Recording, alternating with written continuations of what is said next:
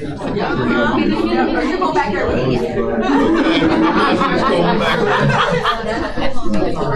Good morning, everybody. Welcome to June. June 1. I was a little bit concerned as I look back over the 13 years ago when we studied the book of Revelation on how far behind we are this year. But then I took solace in the fact that I remembered that back then our classes were 45 minutes long, and now they're only 40. So we've cut our class 5 minutes shorter, and over a period of 8 weeks, that winds up being another whole class. So we'll get there. You probably have a few more talkers. Probably, and I have a few more stories that I have to share along the way. So we're glad to have you with us this morning, especially if you're visiting with us. And I caught to, you know that I stand out there in the hall and kind of funnel everybody in this class when they come by.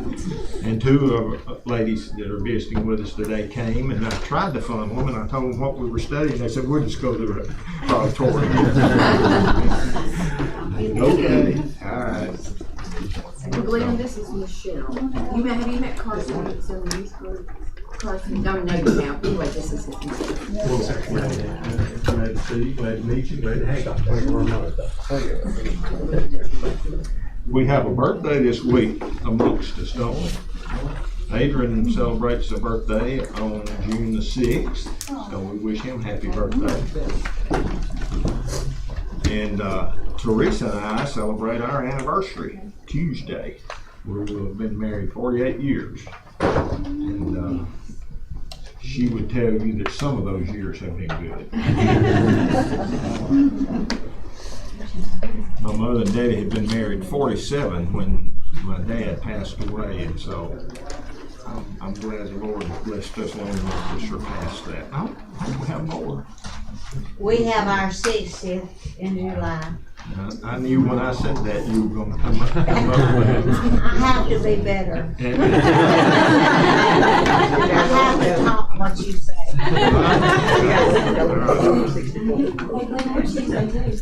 Pardon me? Ours is Tuesday too.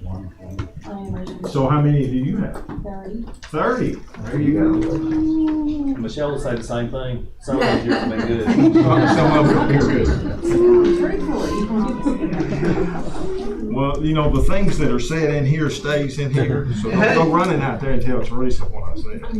Well, Joel was probably hoping he had some kind of testosterone in the middle of the chaos this morning, getting ready for camp. So, dealing with 3 women, and we're all uptight and arguing with each other, and so That's right. Joel may feel the same way that y'all are talking. Camp does not have that. Wait till they get back from camp and they give out. And they'll They pass hadn't out. slept and they hadn't bathed. Some of them didn't bathe. I opened that can of worms, didn't I? Okay, so having said that, let's move along. And do we have things that need to be added to the announcements that you've already picked up? We'll go into those. One of my good friends, Hope, her grandmother, Sandy Stockley, just had triple bypass surgery a few days ago. And she also has a diagnosis of MS, and her MS is pretty bad. Normally, at least every year or 2 years, she has a new lesion with her MS. So Sherry has multiple medical issues that she deals with, plus now she's had to have this done. And her heart rate has been shooting up to 200, and they're trying to figure out what's going on with that. Like Hope even asked me, did he do that? And I was like, no, I don't, not that I remember. So, I mean, she's almost 70 years old, so. Only 70. I like the way she said that. Only So- 70. Because I'm bumping on that door as well. Glenn, we had Francis and Art Peg on the prayer list. Yes. They got to come home Saturday, and they were so happy to be home. They're Well, it's good. 97 and 98 years old. So. Good. Good. We rejoice with them. John Waller's going to ask you in just a moment if you will open our class in prayer. Do we have other things that need to be mentioned before we do? You got an announcement for us here, Brian? We're engaged.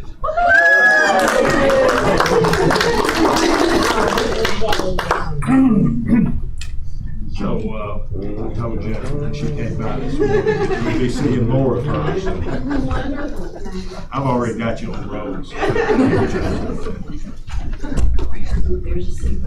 All right, well,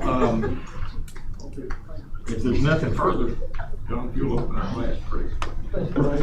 Our Father, we thank you for this day that you blessed us with. We thank you for the opportunity we have to come to church this morning and study thy word. We ask you to be with Glenn as he teaches us. Help us take the things he says and learn along with him and apply them to our lives. We thank you for the great job he's doing in the study of Revelations, which is not the easiest, and we thank you for the preparation and the time and effort he has put into our class, as always, but especially during his study of Revelation. We thank you for Jesus, and we thank you for him coming to earth and dying for us. We thank you for the opportunity that we have to go after our classes are over and worship you this morning. We ask you to be with those who were mentioned this morning. There's several on our minds and on our heart that are needing thy comfort and thy care. We ask you to be with those families. I ask you to be with us through the remainder of our class this morning in our worship service, and hope that it is acceptable in thy sight. It's in his name that we pray. Amen. Appreciate that. So as we open our Bibles to Revelation 6, I guess I was reminded of something there. John referenced in his prayer about the study of Revelation. Not the easiest study, no, it's not. But it's often overlooked because people view it to be something that can't be understood, and I don't think that's the case. I hope you're seeing that as we progress through this book. It's interesting, kind of an anomaly, I guess, that Revelation is said to be the least studied of all of the New Testament books, and yet probably more books have been written about the book of Revelation than any of the others. And so we're in the midst of studying this book and hoping to pull lessons out of it that's applicable to us. Though the book initially was written in the mid-90s, the last of the inspired writings of the New Testament, and it was written to people there in that context, in that time. But it has application to us all, for all time. And so I hope that we're gathering some of those things. We spent a good deal of time initially talking about the introduction to this book. And one of the things that we noted was Revelation 17:14 is the key verse in that book. And that verse simply says this: "And these will make war with the Lamb." Now, who are the these? That's the enemies of God, those who are rebelling against him, those who are punishing Christians. Any rebellion or anything in opposition to God, those would be enemies of God. So these will make war with the Lamb, and the Lamb will overcome them, because he is King of Kings and Lord of Lords. That verse really describes the entire book of Revelation. Now, in John's time, in the mid-90s, when he was writing this, the enemies of God were in the form of the Roman Empire. And so, contextually, as the approach that we're taking to this book, the things that's written largely apply to John's time and the Romans. We're going to talk about that today, even in chapter 6, when we're talking about these seals that are being opened. Well, a lot of that applies to the Romans. But who is the primary enemy of God? Somebody that we'll spend time talking about in the latter chapters of Revelation. Who is that? We were introduced to that person in Genesis 2 and 3. Who is Satan? Well, we're going to see ultimately he'll be dealt with as well. So we're talking about what's happening to the Romans here in chapter 6, but eventually it's going to make application to all enemies of God. That's the one headed by Satan himself. So if you were with us last week, we talked about chapters 1 through 5. pretty easy to understand. Chapter 4, we started the vision of heaven and the throne, and God the Father on the throne. Chapter 5 opens with detail with what's in his right hand, and that is a little scroll or a little book. And that scroll is sealed, probably wax seals in that time would be in keeping with the vision. But it's sealed with 7 seals. Now that's the first set of 7s that we'll deal with in the book of Revelation that will be part of the judgment on the Romans. We have the 7 seals, and that'll be followed by the 7 trumpets, that will be followed by the 7 vials or bowls of wrath. And each one of these sets of 7 gets progressively worse.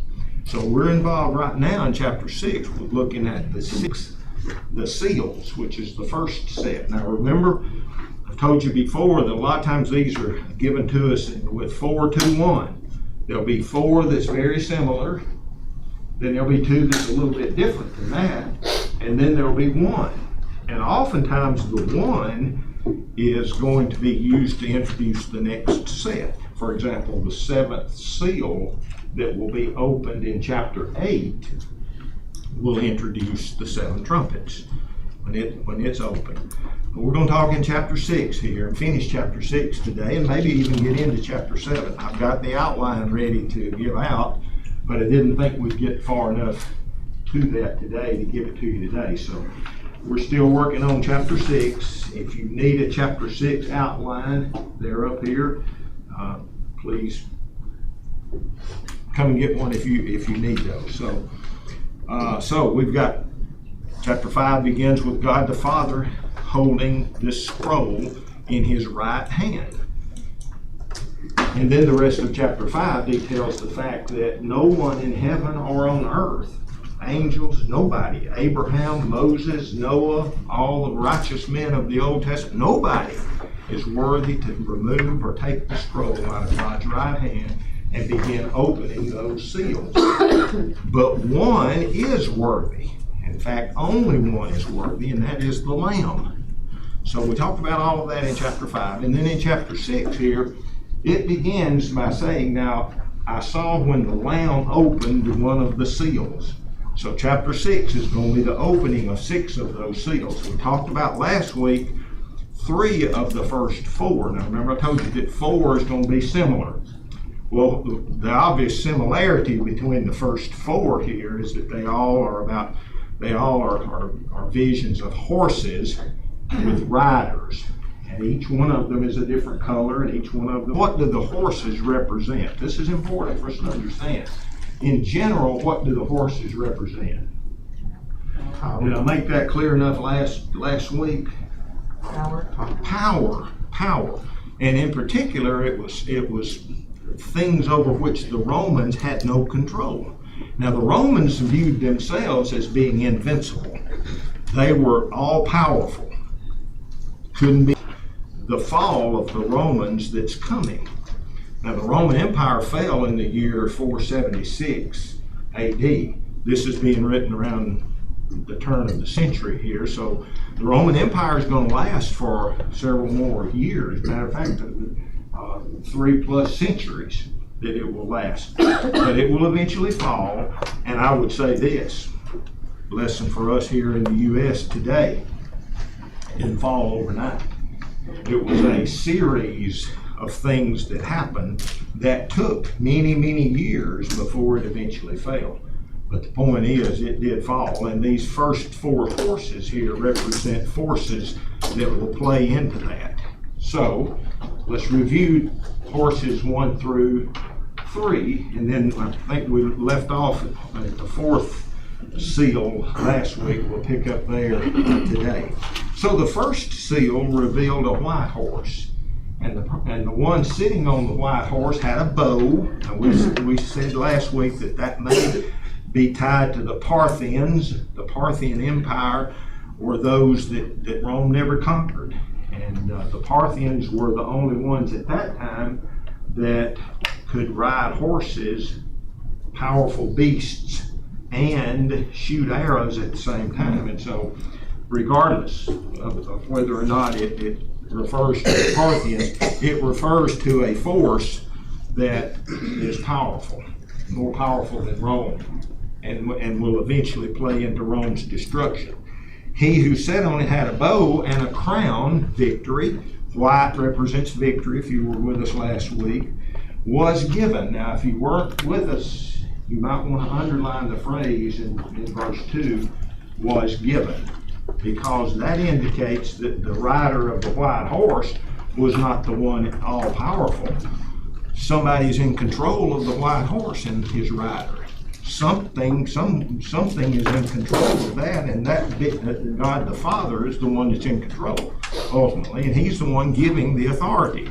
So He gave. All right. So the second seal here was we saw a fiery red horse. Now, it said that red usually represents blood or bloodshed or war here. And the rider there, again, something was given. There's the phrase again. Now, I make notes in my Bible, and I do it with colored pens. And so that I've got was given underlined in green in verse 2, and I've got was granted in verse 4 underlined in green. And later on, we're going to see some more. That all of it ties back to the fact that someone else is in power. Someone else is in control there. So it was granted to the rider here to take peace on the earth, and people should kill one another, and there was given, there it is again, to him a great sword. So we've got bloodshed, we've got war, we've got something taking peace from the earth. The third seal here revealed a black horse. Now the black horse in this one here represented, what did I tell you last week? Famine. And we said that it's hard to farm and fight at the same time. So if you got a war going on, you're fighting a war, it's not unreasonable to think that you're not out here farming and growing food. Question on the last one. The great sword, do you think that represented anything? Like, why would he make note that he was given, like, would that have stood for something? For the war aspect or something? A good question. That my answer is going to be to avoid the question by simply saying, remember that throughout this, we're not going to try to nitpick every single detail and say, what does that mean? What does that mean? Why is it described as a great sword? And we get lost in the minutiae of all these details. If we do. Well, that one's the one I thought because of the bow, because the one before, because you don't really have the guys on the horses with the bow. I didn't know if the sword might have been something in relation to that. Bottom line, the sword represents the instrument that will cause the bloodshed. And that's what's playing into the fact that something is taking peace. We said even last week that during this time and the years to come, there was a lot of civil unrest in the Roman Empire. Civil wars going on between one another. So perhaps that plays into it. Black horse represents famine. And the one that sat on the black horse had scales in his hand. Now last week we noted a quart of wheat for a denarius and 3 quarts of barley for a denarius. Peggy, you had a question about that, and I went back and did a lot more reading about that. Some versions say a measure of wheat for a denarius, and That's what mine said. and there's one even says a loaf of bread. Does anybody have that version? It says something about a loaf of bread. The point is, it's a small amount of something here that maybe would bake 1 loaf of bread for a denarius, and a denarius is a day's wage. So we're looking at something here that's very, very costly, and we talked about that last week. I won't replow that. That brings us down to the fourth and the final horse here, the fourth seal that we'll reveal today. When he opened the fourth seal, I heard the voice of the fourth living creature. Remember, the living creatures are tied back to chapter 4 when we were introduced with those strange creatures again, don't get lost in the details of each one of these, but here those four living creatures have appeared again in chapter 6 as they begin to lead the opening of these, as the Lord Jesus Christ opens these seals. So the voice of the fourth living creature said, "Come and see." Verse 8, "So I looked, and behold, a pale horse." Now, we've reckoned the color of all these horses: white and victory, red, bloodshed, black, famine, with pale, death. And I noted last week about, the old movie about the pale rider, death. And so we've got a pale horse. And the name of him who sat on it was what? Well, there you go. The Bible tells us the name of the rider was Death. Now, this one is a little different because we don't have just a single rider here. Well, we've got someone else involved as well. We've got a rider and someone following. And the name of him who sat on it was Death, and Hades followed with him. Is death capitalized in yours? It is. What would that be? Question, or is that just not sure? Keep going. Okay. I don't have an answer for Okay. that. I'm going. Hades Death is and- capitalized so much. Well, Like death and Death and Hades. If death is the name, then it would be a proper name. It's a name. It's a name. Okay, this is the name. Okay, so now let me say this. We're going to talk a little bit about the need to differentiate between death and Hades. I think that's a good point. It's a name. Death and Hades, they're different. Are you sure, Glenn? Yes, I am. How do you know? And power was given to what? To them. See, plural, them. The death and Hades are different. Okay, Hades is following death, and power was given. By the way, there's the phrase again. If you want to underline that, was given to them. Now, death and Hades, we've seen this already one time back in chapter 1, verse 18. We looked at death and Hades, and we'll also see it over in chapter 20, verse 14. If you want a marginal note for that. Point being, pardon? What did you say on the marginal note? I said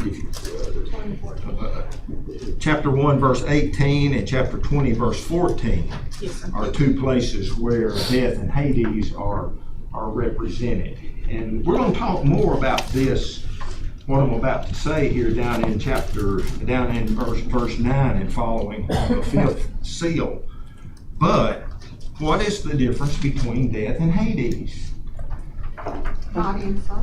Body and soul. There you go. That's a way to say it. Death here represents the body, the abode of the body after death, and Hades represents the abode of the spirit after death. We'll talk more about that down here in verse 9. But power was given to them over a fourth of the earth. A fourth meaning that's less than 100%. And in matter of fact, later on in these, I told you they get progressively worse. Later on in some of these, we'll talk about something affecting a third. Okay, math question. What's greater, a fourth or a third? A third. A third of a pie is more than a fourth of a pie. Okay? So as these things get progressively worse, something's going to affect a third of the earth later on. So we're not going to make a big deal out of that, other than to say that this last seal here, the death and Hades, is again to kill with the sword, with hunger, with death, and by the beasts of the earth. Now remember that a lot of the persecution during this time and the years that will follow from the Romans killing Christians, sometimes it was by feeding them to the beasts. And Christians would be completely devoured and destroyed, by feeding them to the lions and whatever. So this again is prophesying and portraying what is to come. So death and Hades, they're different. Power was given again. Fourth of the earth, we'll talk a little bit later about. That's only part of it. Some people say that's just the Roman Empire. Well, if you looked at the Roman Empire, you're not talking about the whole earth. Maybe it's just a portion of the Roman Empire. I don't know. But fourth is not the whole.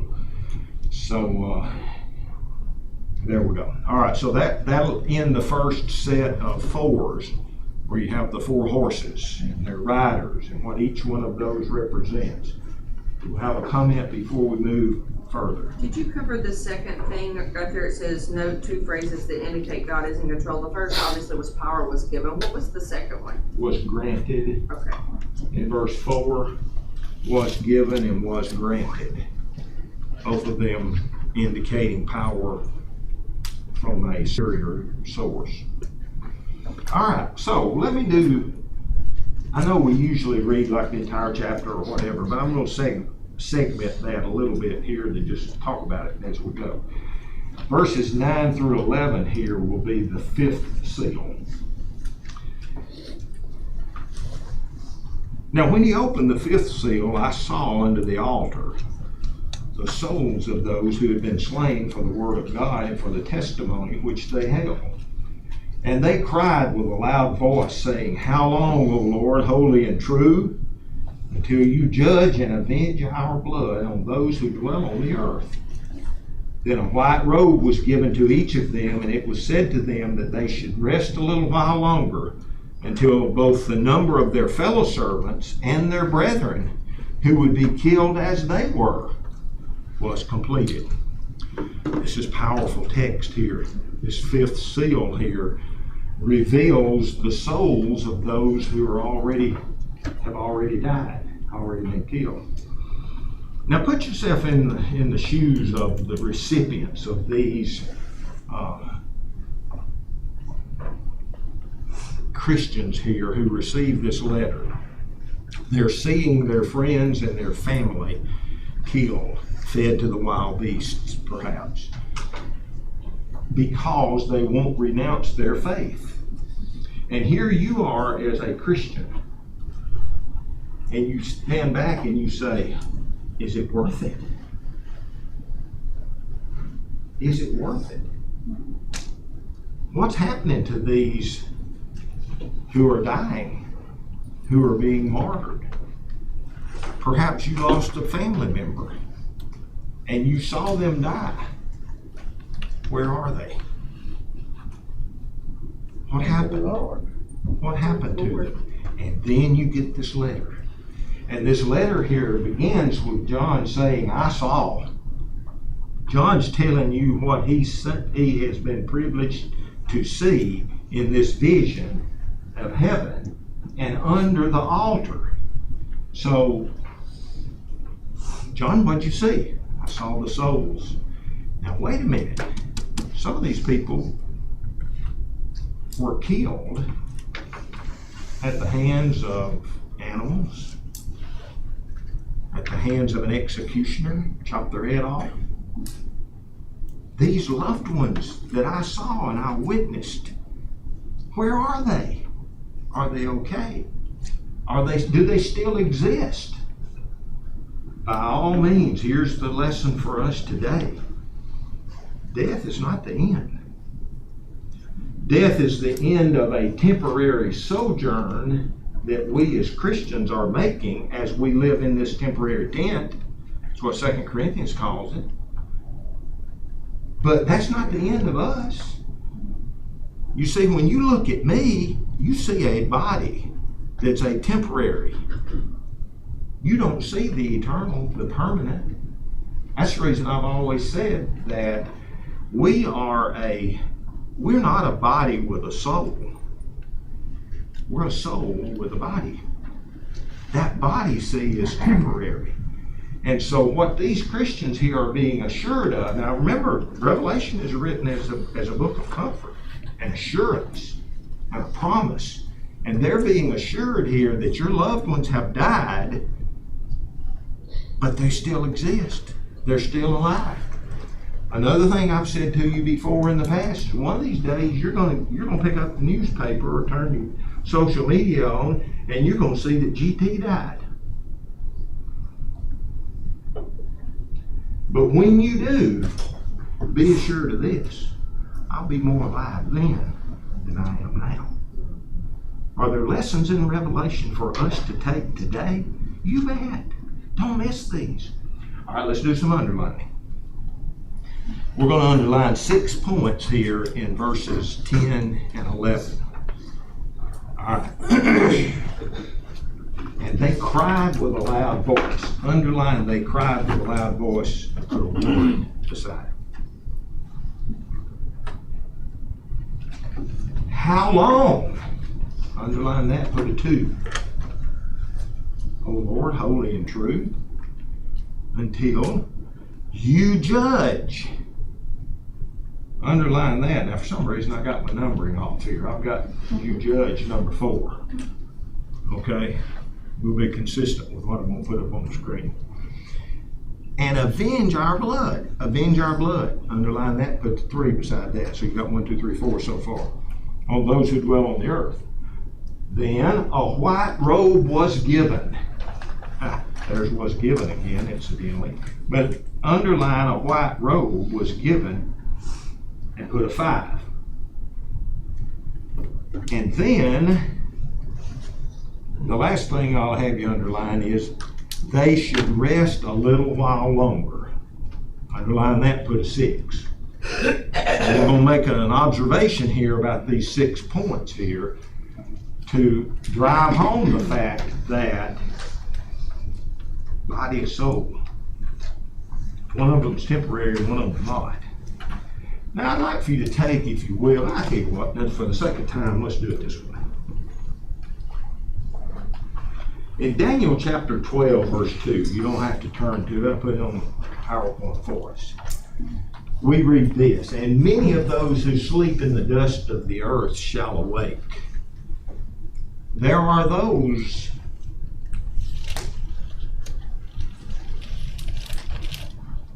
in the religious world that say, that believe in the doctrine of soul sleeping. And they use this as their proof text, where Daniel says, those who sleep in the dust shall awake. And they say that the soul, when you die, the soul sleeps, soul sleeping, until the resurrection, until Christ returns. Well, there are a lot of things here that we could say about that. But the bottom line is, as we've talked about before, you got to make all the scriptures balance. You got to interpret one scripture in terms of the other. So, those who sleep in the dust, is there a sense of someone sleeping in the dust? Yes.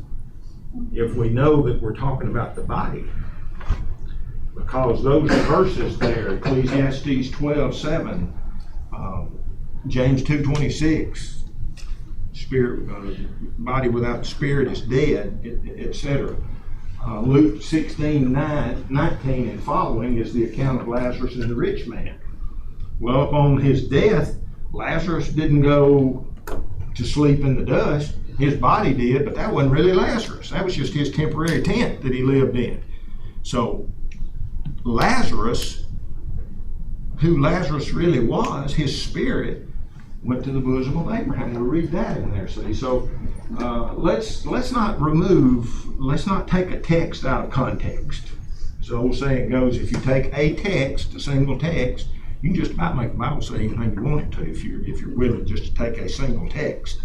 But a text taken out of context is a pretext. Okay, so Glenn, you've already read that right here where he saw their souls. So you know they were already separated. Well, that's the whole point, see? That's the whole point. Here we have in Revelation 6, verse 9, here are these people who have some of them's soul, some of them's body maybe is decaying in the dust and returning to dust. Some of them may wind up in the belly of beasts. But whatever happened to the body, as Joel just said, What we're seeing here is that there was a separation of that at death. Now that's got to be a comfort to us. The older I get, and I'm 68, the older I get, the more I realize that if I live to be 90, and I had two grandparents that did that, so I've got hope. But if I live to be 90, we've got 90-plus-year-olds in our class today. It doesn't matter how long you live, life is short. Life is short. And we've all lost loved ones here, and we've stood at the grave of burying people that we love. But it's a comfort for us to read, as it would have been a comfort to those of the first century who had lost loved ones. It's a comfort to read that they're alive. They're okay. They may be removed from their body, but they exist somewhere. And so here's the reason we know that.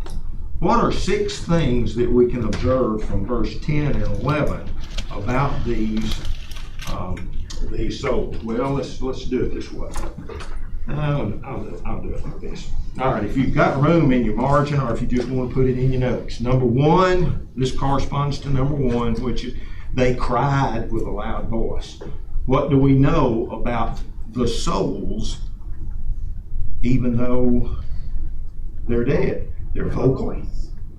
They are vocal. So somewhere you can put beside number 1 there that they're vocal. All right, let's see. Number 2, what else can we observe about these departed spirits that are even today under the altar? How long? Number 2, they're curious. See, they're thinking. They're curious. How long, they ask? O Lord, holy and true.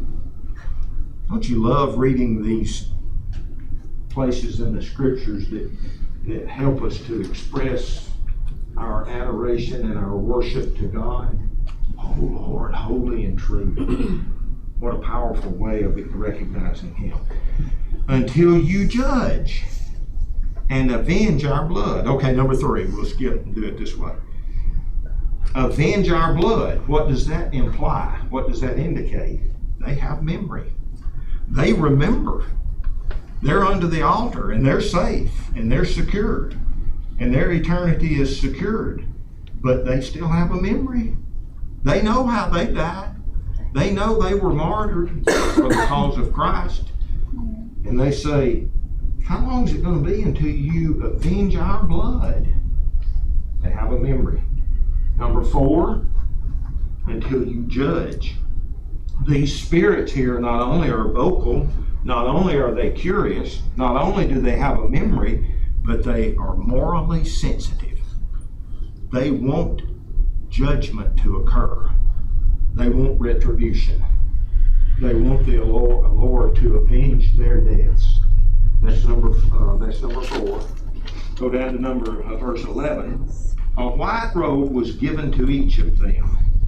So number 5, let's correspond that to they receive blessings.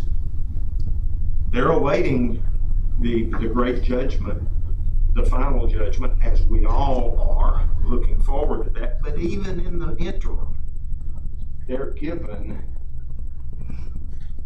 blessings. They receive blessings. And lastly, that they should rest a little while longer. Number 6, with that phrase, I would say they're capable of comprehending.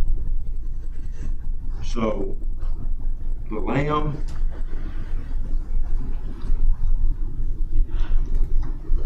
God the Father, someone is communicating to them. They give them a white robe, and they tell them, wait. Wait a while, rest a while. And so they're capable of comprehending. So those 6 points right there from 2 verses make it without question. It answers the questions that those first century Christians would have about what's happened to my loved ones. Where are they? Are they okay? Do they still exist? Here are these answers that come back. Glenn, Yes, can I kind of ask a pointless question maybe? There's always been a question about when we get to heaven, will we know our loved ones that didn't quite make it? We would know that they're not there. Doesn't this say kind of, I mean, because they're conscious of what's going on in the world. So when we get to heaven and I realize, hey, so-and-so didn't quite make it. I mean, that's a question that we've all had, Joel, and to that I would simply say that we're assured, we're promised that there'll be no tears in heaven. Yeah, I don't see how So you for would. some reason, or for some way, God the Father will, I don't know that those memories will be removed, I don't know what. But we're assured that we're gonna be comforted there. I am sorry, folks, that I didn't get through the other seal. Why did I think it was? I've been told by you to take my time. Please do. Finish one with you. Makes you wonder though. They're obviously upset. You're upset. You're upset. I see how she's It's getting ready for summer. We told him, so if we go, I can't afford to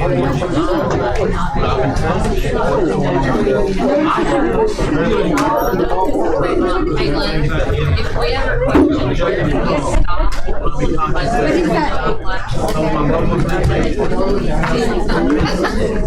Alright, Brian. Okay.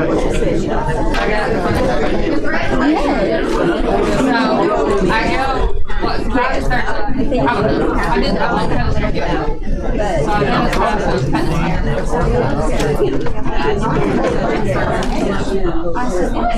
kind and he was like, no, I don't. I get home, I get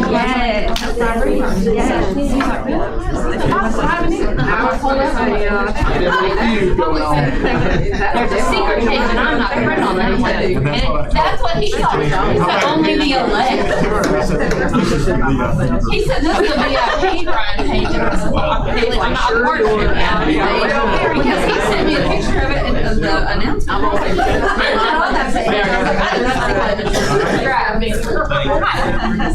What bag? Okay, I can probably go service. We can't change clothes. Yes, because the camera's up here. Hey, you have to go in front. So I go with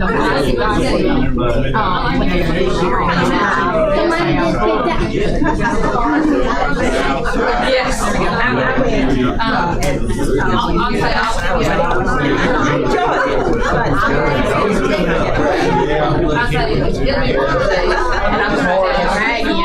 Like the kitchen too, doing that. I don't tolerate heat very well, but I know, you'll be ahead. One thing to do. Kind of keep